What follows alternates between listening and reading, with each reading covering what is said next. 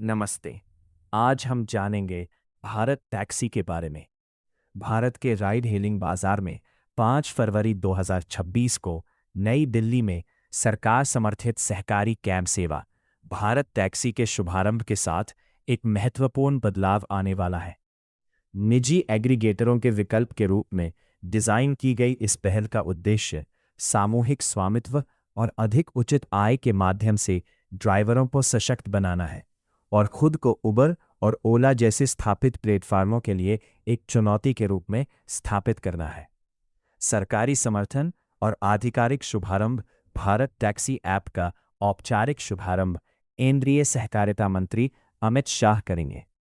इस पहल को चालक कल्याण के लिए एक मील का पत्थर बताते हुए मंत्री ने कहा कि सहकारी मॉडल चालकों को संसाधनों को साझा करने, मालिक बनने और सम्मान के साथ कमाई करने में सक्षम बनाता है।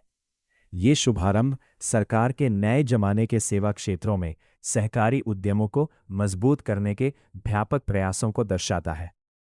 सहकारी स्वामित्व मॉडल की व्याख्या भारत टैक्सी सहकारी ढांचे पर काम करती है, जिसमें चालकों को स्वामित्व, संचालन और मूल्य सृजन के केंद्र में रखा जाता है।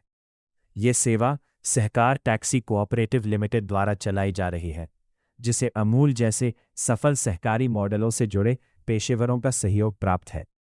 प्रत्येक चालक, जिसे सारथी कहा जाता है, सहकारी संस्था में 5 शेयर रखता है, जिससे सामूहिक निर्णय लेने और साझा लाभ सुनिश्चित होते हैं।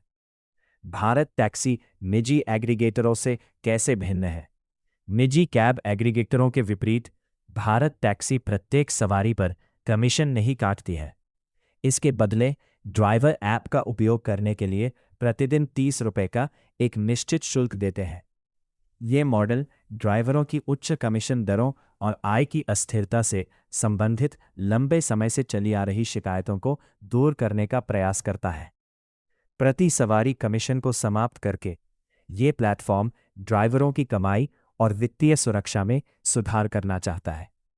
परीक्षणों के लिए महत्वपूर्ण तथ्य: भारत टैक्सी भारत की पहली सहकारी समिति आधारित टैक्सी सेवा है।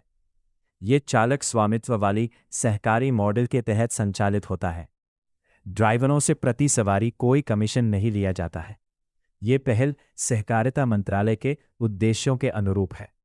चालकों और शहरी गतिशीलता पर इसके प्रभाव: भारत टैक्सी के लॉन्च से स्वामित्व अधिकार और निश्चित लागत की सुविधा मिलने से हजारों टैक्सी चालकों को लाभ होने की उम्मीद है। यात्रियों के लिए यह सेवा पारदर्शी मूल्य निर्धारण और शहरी परिवहन में एक सामाजिक रूप से प्रेरित विकल्प प्रदान करती है। यदि इसे सफलतापूर्वक लागू किया जाता है तो सहकारी टैक्सी मॉडल अधिक प्रतिस्पर्धा ला सकता है और भारत के ऐप आधारित परिवहन तंत्र को नया रूप दे सकता है।